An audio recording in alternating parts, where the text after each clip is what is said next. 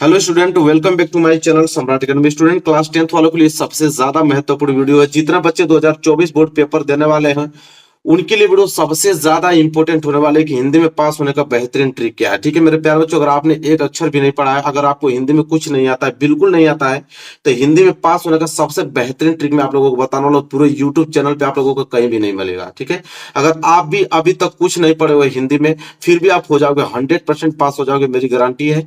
और एग्जामिनर को पूरा का पूरा नंबर आप लोगों को देगा। पूरे यूट्यूब की बात कर रहा हूँ, पूरे यूट्यूब पर भी कहीं भी ऐसा वीडियो आप लोगों को नहीं मिलेगा। अगर मिलता है तो कमेंट करके मुझे एक बार बता देना। ठीक है, कहीं नहीं मिलेगा।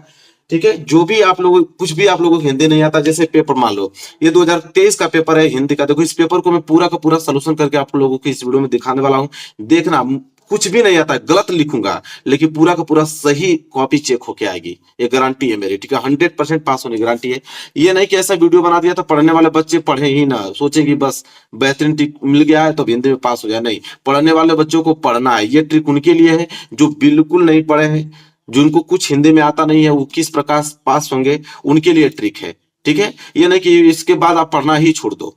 तो चलिए स्टार्ट करते हैं वीडियो। देखो सबसे पहले करना क्या है, ये आपके पास पेपर है। देखो ये पेपर, इस पेपर को मैं सॉल्यूशन करके दिखाता हूं कैसे। ये 2023 का पेपर है। ठीक है, जो भी आप लोगों का पेपर है।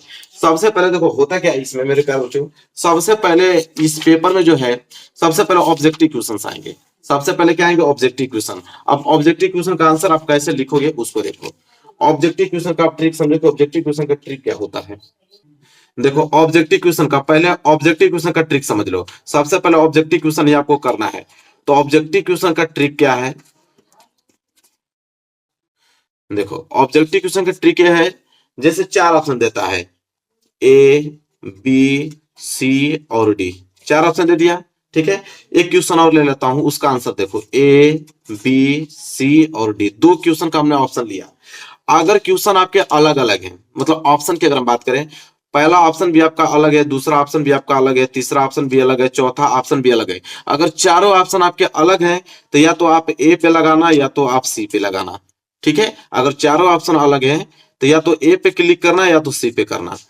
और एक ऑप्शन आपको ऐसे बन के आएगा कि पहला वाला ऑप्शन अलग रहेगा, ठीक है, दूसरा वाला अलग रहेगा, अब तीसरा जो ऑप्शन रहेगा उसमें बोलेगा कि ए तथा बी दोनों सही हैं, ए तथा बी दोनों सही है। कम से कम देखो 7 या 8 क्वेश्चन, 20 में से 7-8 क्वेश्चन ऐसे रहेंगे जिनमें आपको बोलेगा कि ए तथा बी दोनों सही हैं, उनको ही पे आपको क्लिक करना है। 7-8 नंबर इधर से आपको पूरे कंफर्म हो जाएंगे। अगर ऑप्शन आपके अलग अलग हैं तो ए और सी पे क्लिक करना, बस हो गया। ये तो आपके ऑब्जेक्टिव क्वेश्चन थे जो कि आप लोगों 20 में 20 यहां से आप लोगों को कवर कर डालोगे। मेन आता है आप लोगों को मुद्दा लिखने वाला सब्जेक्टिव क्वेश्चन, कहां से, यहां से, खंड ब से वर्णनात्मक प्रश्न। खंड ब से स्टार्ट होता है, जिनको कॉपी पे आपको लिखना होता है, किस प्रकार आप लिखोगे चलो उसको देखते हैं। एक बोर्ड एग्जाम की कॉपी में ले लेता हूं, देखो कितना बेहतरीन बोर्ड एग्जाम की कॉपी है। इस कॉपी में पूरा का पूरा मैं लिख के आपको दिखाता हूं कि किस प्रकार लिखते हैं। सबसे पहले जब कॉपी आपको मिल जाए ना, कुछ घबराना नहीं है, ये चीज लेना है, एक स्केल लेना है। इसके बाद आपको यहाँ से लाइनिंग खींचनी, इतनी बेहतरीन लाइनिंग कि कोई देखे तो कहे कि हाँ कोई टॉपर खींचा हुआ, देखो मैं खींच रहा हूँ, बहुत बिंदास। देखिए इतना मजा आ जाएगा आप लोगों को ना, एक भी बच्चा फेल नहीं होगा, मेरी गारंटी। बस आप लास्ट तक देखते रहो। करना क्या, हमने एक लाइन खींच लिया, एक डबल लाइन और खींचो।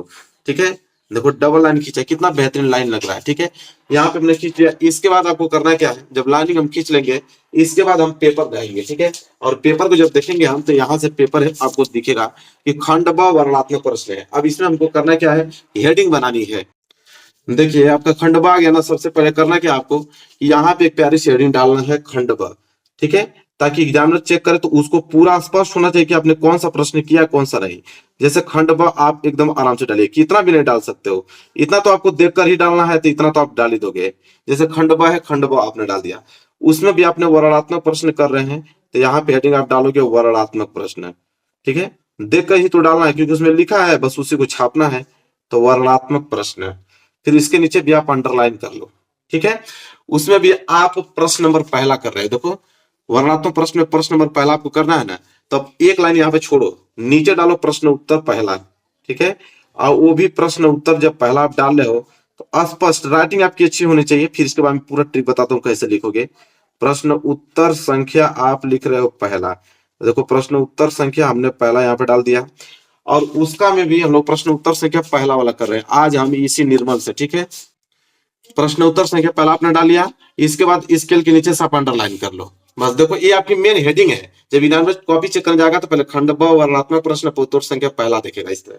इसके बाद देखो करना क्या है मेरे प्यारे बच्चों, इसके बाद पेपर आओ। देखो ये पेपर है, इसमें क्या है दिया है कि निम्नलिखित गद्यांश पर आधारित 3 प्रश्नों के उत्तर दीजिए। 3 प्रश्न है, उपयुक्त गद्यांश का संदर्भ लिखना है, इसके बाद गद्यांश के रेखांकित अंश की व्याख्या, फिर लेखक के अनुसार हमारा अस्तित्व किस कारण से आज भी कायम है लिखना है।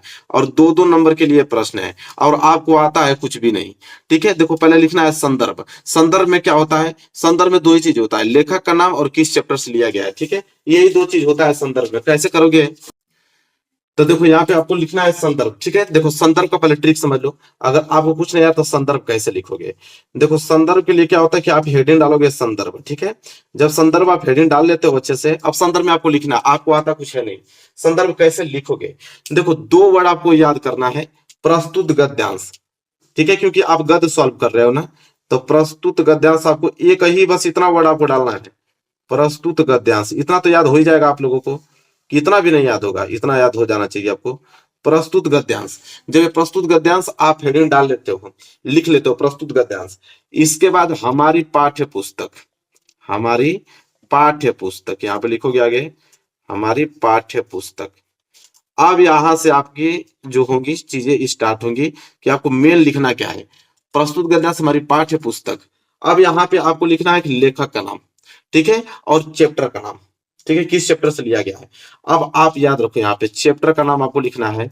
आप दिमाग लगाना कि आपको कुछ मालूम है नहीं कि यार कौन सा गद्यांश किस चैप्टर से लिया गया है। 2 चीज याद रख लेना, एक चैप्टर आता है मित्रता, ठीक है, मित्रता के बाद एक चैप्टर आता है ममता। ठीक है, ममता के बाद एक चैप्टर आपका है भारतीय संस्कृति। मात्र इन्हीं चैप्टरों का नाम आपको याद करना है। और याद क्या करना है, जब आप पढ़ रहे हो तो इतने तो चैप्टर आपको मालूम ही होंगे कि ये चैप्टर आपके चलते हैं, मित्रता, ममता, भारतीय संस्कृति। अब याद रख लेना, अगर मित्रता की बात हो उस गद्यांश में आपको दिख जाएगा कि मित्रता की बात की गई कि नहीं। अगर मित्रता का थोड़ा सा भी जिक्र किया गया रहेगा, आप तुरंत समझ लेना कि इसके लेखक जो है आचार्य रामचंद्र शुक्ल जी हैं। कौन है, आचार्य रामचंद्र शुक्ल जी, यहाँ नोट कर लो, आचार्य रामचंद्र शुक्ल जी। ठीक है, फिर आगे मैं बताता हूं, जैसे ममता है, ममता के जो लेखक है डॉक्टर राजेंद्र प्रसाद जी हैं। कौन है, डॉक्टर राजेंद्र प्रसाद जी हैं, डॉक्टर राजेंद्र प्रसाद। ठीक है, इसके बाद यहाँ पे आगे बढ़ते हैं। आपको करना क्या है कि आप आचार्य रामचंद्र शुक्ल लिखोगे, डॉक्टर राजेंद्र प्रसाद लिखोगे, आपको तो मालूम है नहीं। आपको क्या करना कि आप दोनों में से कोई लिख सकते हो। अगर मित्रता मिल गया तो समझ लो कि मित्रता मिल गया तो आचार्य रामचंद्र शुक्ल लिख लो। अगर नहीं मिला, आपको नहीं समझ में आ रहा, तब भी आचार्य रामचंद्र शुक्ल लिख सकते हो, या डॉक्टर राजेंद्र प्रसाद लिख सकते हो, या जयशंकर प्रसाद लिख सकते हो। ठीक है, कुछ भी लिख देना, आपको नंबर पूरा का पूरा दिया जाएगा लेखक के नाम में। अगर मित्रता का डिस्कस है तो लिख देना, या नहीं भी आपको कुछ भी मालूम है तो इन तीनों में से कोई भी लिख लेना कि प्रस्तुत गद्यांश हमारी पाठ्य पुस्तक हिंदी के मित्रता चैप्टर से लिया गया है। अगर नहीं मित्रता समझ में आ रहा है तो ममता चैप्टर से लिया गया है। वो भी नहीं समझ में आ रहा तो लिख लेना भारतीय संस्कृति चैप्टर से लिया गया है। और उसके लेखक इन तीनों में से किसी का नाम लिख देना, बात खत्म। और जब आपको मालूम ही नहीं है तो बात खत्म। ठीक है, आपको पूरा नंबर मिल जाएगा, कॉपी चेक होगी पूरा नंबर मिल जाएगा। कुछ भी लिख सकते हो, इन तीनों चैप्टर में से कुछ नाम लिख लेना, इन तीनों लेखकों में से किसी का भी नाम लिख लेना, बात खत्म। ये संदर्भ तुम्हारा हो गया। इसके बाद आता है रेखांकित अंश की व्याख्या। ठीक है, रेखांकित अंश की व्याख्या में क्या करना है, हेडिंग एक डालना, 2 लाइन छोड़ने के बाद एक हेडिंग डालना है, रेखांकित अंश की व्याख्या, रेखांकित अंश की व्याख्या, हेडिंग डालना। आप देखना रेखांकित अंश की व्याख्या जब हेडिंग आप डाल लोगे, इसके बाद इसको कैसे लिखोगे अगर आपको मालूम नहीं है कि रेखांकित अंश की व्याख्या कैसे लिखा जाता है।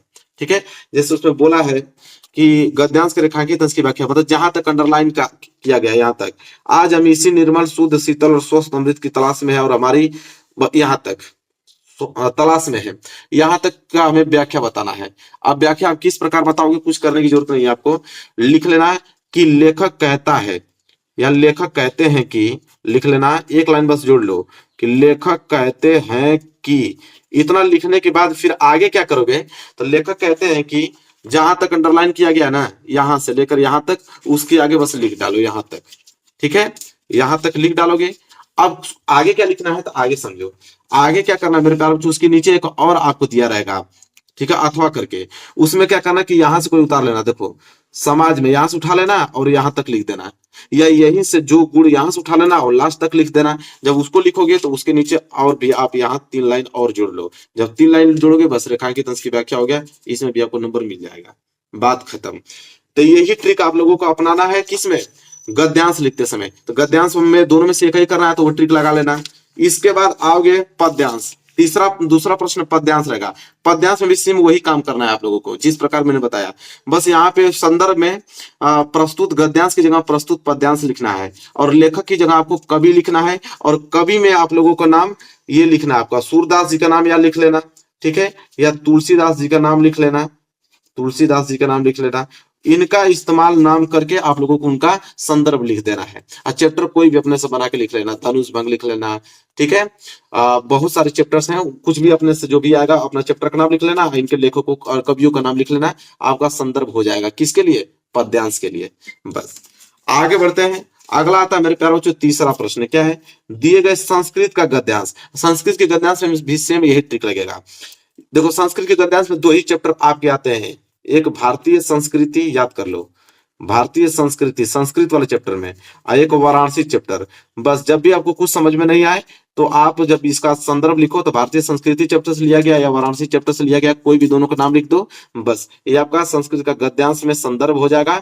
और हिंदी के अनुवाद में सेम वही काम करना है, यहां से लेकर यहां तक हिंदी में अनुवाद करना है, बस अपने से बनाना चालू कर दो कि लिखा नहीं ऐसा नगरी भारतीय संस्कृति, लिखना भारतीय संस्कृति की नगरी बहुत अच्छी है, वहां पे केंद्र मस्ती मानी जाती है, वहां पे बहुत सारी चीजें ऐसी हैं, वहां पे मतलब अपने से बनाकर उसका हिंदी कन्वर्ट करके कुछ भी आपको बना चुना कर लिख देना है, यहाँ से आपको 5 नंबर मिल जाएगा, बात खत्म। यही चीज आपको संस्कृत के पद्यांश में भी करना है। देखो संस्कृत के पद्यांश में भी सेम यही ट्रिक लगाओगे तो ये भी काम हो गया। आगे बढ़ते हैं, यहाँ पे देखो, यहाँ पे मेरे प्यारे बच्चों आया कि दिए गए 5वां प्रश्न है, अपने पठित खंड काव्य के आधार पर निम्नलिखित प्रश्नों के उत्तर दीजिए। अब यहाँ पे खंड काव्य है, मुक्ति दूत है, ज्योति जवाहर है, इसके बाद मेवाड़ मुकुट है, ये जिला वाइज आता है, हर एक जिले के लिए अलग अलग आते हैं। तो आपके जिले में जो भी रहो, ये तो बहुत सिंपल है, अपने से बनाकर आपको लिखना है, ठीक है। कुछ भी अब मेवाड़ मुकुट के बारे में आप लिख सकते हो, अपना एक हेडिंग डालोगे मेवाड़ मुकुट का चरित्र चित्रण, अब बनाते लिखते चले जाओगे, 3 नंबर मिल जाएगा। इसमें कोई आपको वो नहीं है, इसमें तो अपने से बनाकर लिखना है, इसमें कौन सा ट्रिक लगाना है। इसके बाद मेरे प्यारे बच्चों मेन आता है यहाँ पे जीवन परिचय। अब देखो जीवन परिचय मेन मुद्दा है, अब जीवन परिचय को कैसे लिखोगे मेरे प्यारे बच्चों उसको समझो। मेन आप लोगों का जीवन परिचय, जीवन परिचय में क्या होता है, जैसे बोल दिया आचार्य रामचंद्र शुक्ल, जयशंकर प्रसाद, डॉक्टर राजेंद्र प्रसाद। आपको मालूम है जीवन परिचय में 3 ही चीज होता है, जैसे आपको मालूम ही नहीं रहेगा कि जन्म कब हुआ, आपको मालूम ही नहीं रहेगा कि मृत्यु कब हुआ, पिता का नाम क्या है, माता का नाम क्या है, जब मालूम नहीं रहेगा तो जीवन परिचय लिख नहीं पाओगे। अब इतना बात अब ध्यान से सुनो, एक सन याद कर लो 1884। 1884 में 2 लोगों का जन्म हुआ था, एक आपका जयशंकर प्रसाद जी का जन्म हुआ था, जयशंकर प्रसाद जी का नहीं, आचार्य रामचंद्र शुक्ल जी का जन्म हुआ था। किनका, आचार्य रामचंद्र शुक्ल जी का जन्म हुआ था, और डॉक्टर राजेंद्र प्रसाद जी का जन्म हुआ था। दोनों लोग का जन्म तिथि एक ही है, 1884 ईस्वी। इनको याद कर लो, जिनका भी देगा आप 1884 तुरंत। आप देखो यहाँ पे दिया ना आचार्य रामचंद्र शुक्ल, ठीक है, और यहाँ पे डॉक्टर राजेंद्र प्रसाद, यही देगा, तीनों लोग का यही सेम देगा। तो 1884 डालना जन्म में, ठीक है, लिख लेना है। जैसे आचार्य रामचंद्र शुक्ल का जन्म सन 1884 ईस्वी में हुआ था, ठीक है। आपने कोई भी नाम बना लेना कि इस स्थान पे हुआ था, ठीक है। लास्ट में आया मृत्यु का डेट, मृत्यु का डेट याद कर लो। मृत्यु का डेट जो मेरे प्यारे बच्चे है, जैसे आचार्य रामचंद्र शुक्ल का 1941 में मृत्यु हुआ था, और डॉक्टर राजेंद्र प्रसाद का 1962 में हुआ था। वहीं अगर जयशंकर प्रसाद की बात करें तो 1937 में हुआ था। मृत्यु देखो जो है 19 सन में हुआ था, 19 सब में है, ठीक है। और जन्म जो है 18 से स्टार्ट है, ठीक है। तो जब भी जन्म लिख रहे हो तो 18 लिख के, अगर भूल गए हो तो लास्ट में कुछ दोनों डिजिट कुछ अलग लिख लेना है। अब मृत्यु में 19 स्टार्ट में लिखने के बाद लास्ट में अगर भूल जाओगे तो कुछ 2 डिजिट अपने से बना के लिख लेना है, 1942, 1945, 1947, 1948, 1950, कुछ भी, ठीक है। ये आपका हो जाएगा। इसके बाद रचना आता है, रचना में क्या करोगे, तो रचना में आप कुछ भी, लहर, झरना, आंसू, कुछ भी, जैसे आप जयशंकर प्रसाद का लिख रहे हो, आपको रचना याद है आचार्य रामचंद्र शुक्ल जी का, उन्हीं का रचना लिख दो। किन्हीं का भी आपको रचना याद है ना, बस चुपचाप लिखना चालू कर दो, आपको नंबर पूरे के पूरे दिए जाएंगे, एक भी नंबर आपको काटा नहीं जाएगा, ठीक है। यही आपको करना है। अगर रचना किसी का भी नहीं याद रहा है तो कुछ भी अपने से बना लो, लहर, झरना, पानी, बरसात, पर्वत, पठार, कुछ भी है अपने से बना के लिख दो, वो आपको रचना में नंबर मिल जाएगा। चलो, तो लेखक का जीवन परिचय हो गया, उसी तरह कवि का भी जीवन परिचय बनाकर आपको लिखना है। इसके बाद देखो, अपने पाठ्यक्रम में कंठस्थ कोई एक श्लोक लिखो, कोई भी श्लोक, यार कक्षा 3 का भी, अगर कक्षा 4 का भी, कक्षा 5 में भी कोई संस्कृत का श्लोक पढ़े हो ना, वही उठाकर लिख दो। कहीं भजन भी पढ़े हो ना संस्कृत में, कई भजन भी है, आपको 4 लाइन का याद है, वही भजन लिख दो, संस्कृत में नंबर आपको दे दिए जाएंगे। इसके बाद 8वां प्रश्न, निम्नलिखित में से किन्हीं 2 प्रश्नों के उत्तर दो संस्कृत में। जैसे ज्ञानम कुंद्रम संभवती, इसको अगर संस्कृत में उत्तर लिखना है ना, तो तुम खाली लिख लेना ज्ञान, नम को हटा दो, ज्ञान कुत्र संभवतः, भौतिक की जगह संभवतः लिख दो, बात खत्म, ये हो गया, आपका आंसर मिल गया। इसी तरह 2 प्रश्न कर लेना, मतलब जब आंसर लिख रहे हो तो ये हलंत वगैरह हटा देना, क्वेश्चन मार्क हटा देना, आपको नंबर मिल जाएगा। इसके बाद मेन मुद्दा था यहाँ पे 9 नंबर के लिए। 9वां प्रश्न है निबंध लिखिए, ठीक है, और निबंध आपका इस बार 7 नंबर का आएगा, ठीक है, निबंध 7 नंबर का आएगा। इस बार पत्र लेखन भी जुड़ा है, तो पत्र लेखन कैसे लिखते हैं वो भी मैं आपको बताता हूँ। निबंध 7 नंबर का, निबंध में क्या मेरे प्यारों, जो 2 ही चीज है, 2 चीज, एक वर्ड लिमिट याद रख लेना कि कितना लिखना है वर्ड लिमिट में, निबंध में यही चीज होता है। जैसे 7 नंबर का है तो कम से कम आपको 3 पेज में लिखना होगा, 3 पेज में निबंध लिखना है, लेकिन निबंध में 2 ही चीज होना चाहिए। पहली हेडिंग आपकी प्रस्तावना होनी ही चाहिए, और लास्ट की हेडिंग, जो लास्ट वाली हेडिंग है उसमें उपसंहार होना चाहिए, ठीक है। ये 2 चीजें आप हेडिंग डाल के बस लिख देना, बीच में कोई भी हेडिंग डालो, कोई फर्क नहीं पड़ता एग्जाम में, बस पहली हेडिंग देखता है प्रस्तावना और लास्ट हेडिंग उपसंहार देखता है, पूरा का पूरा 7 में 7 नंबर आपको दे देगा। तो ये तो हुआ निबंध के लिए, लेकिन इस बार पत्र लेखन भी जुड़ गया है। पत्र लेखन में क्या करोगे, पत्र लेखन आपको इस बार 4 नंबर का आने वाला है। पत्र लेखन में कुछ करने की जरूरत नहीं है मेरे प्यारे बच्चों, जो भी पत्र बोला है आपको बस आगे सेवा में डाल लेना है, और जिसको पत्र लिखना है उसका एड्रेस डाल लेना है, और एक डाल लेना विषय, किसके बारे में आप ये पत्र लिख रहे हो, और यहाँ से महोदय चाहे सर मैडम जो भी जिस कंडीशन पे दिया है अपनी भाषा में पूरा लिखते चले जाना है, और लास्ट में महाभौदी लिख देना है, ठीक है। महाभौदी मतलब कि मैं कौन हूं, ठीक है। और इसके बाद अपना नाम, नाम में पूरा नाम नहीं लिखना है, फिर स्थान, और फिर यहाँ पे दिनांक, बात खत्म। ये अपने से बना के लिख लो, ये पत्र लेखन का भी काम हो गया। लो भाई, पूरा पेपर समाप्त हो गया, बात खत्म। एक भी चीज याद था, हमको बिल्कुल याद नहीं था, लेकिन हमने इसको पूरा बना कर लिख दिया, और पूरे के पूरे नंबर लेकर जाऊंगा, उसको कोई रोक नहीं सकता है। ये पूरा का पूरा पेपर मैंने सॉल्व कर दिया, पूरा का पूरा पेपर। कोई भी दिक्कत हुआ, 1% दिक्कत हुआ, बिल्कुल नहीं हुआ, और नंबर हमको पूरे मिलेंगे, कोई काट नहीं सकता है। मेरे प्यारे बच्चे, वीडियो को जरूर लाइक कर देना, चैनल पर नए तो चैनल को जरूर सब्सक्राइब कर लेना। मिलेंगे आपसे एक प्यारे से नेक्स्ट वीडियो में, तब तक के लिए धन्यवाद।